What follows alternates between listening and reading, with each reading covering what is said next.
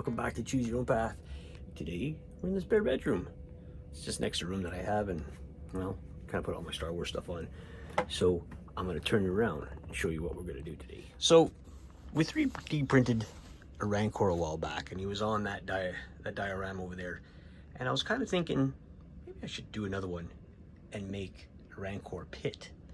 So I took him off, and I'm going to keep him this way. He's glued, he's solid. You know, he'll get stuck down. So, having all the parts out of styrofoam, you basically gotta just take what you get. I didn't want to make this thing overly thick. My pieces are usually 2 inches thick. So I ended up cutting them about 1 inch thick. I'm covering the whole back end, and right now I'm trying to figure out how to make the door. So what I came up with, get all this out of the way, is having 2 sides like this, one on this side, one on the other. It's over there.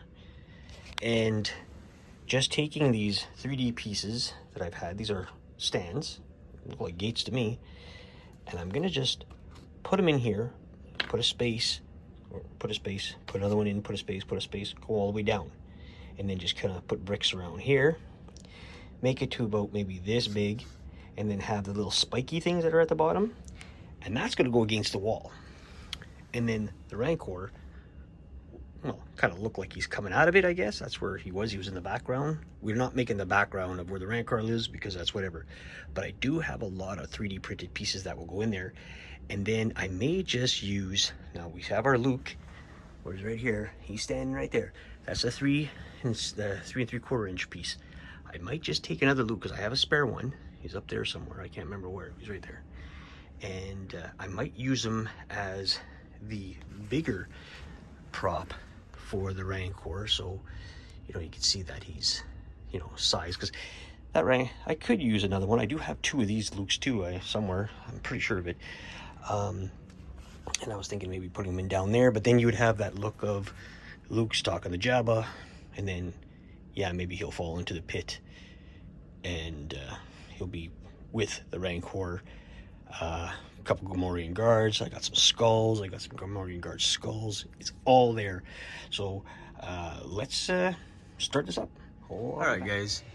So once it's all together, I made sure that I went in the room and I fitted it inside the box. So it was a little snug. So I had to cut a little.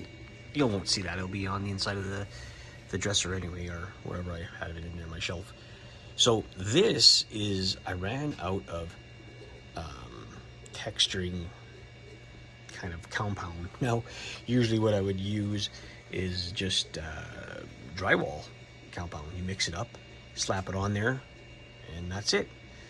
This time, what I did, because I didn't have any, was I added 1 cup of flour, a whole shitload of salt. Salt is just so in case there's no mites inside of your flour. It happens, I guess.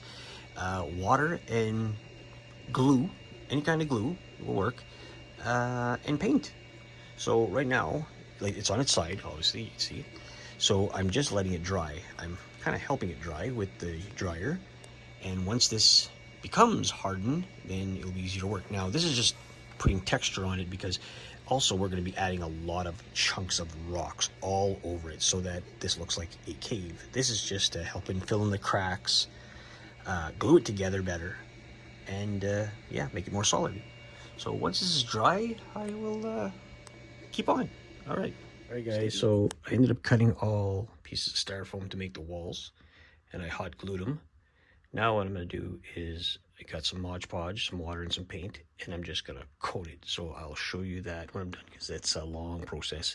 This was even longer, but yeah, it's getting there. A little window, a little ramp that I guess they flew down.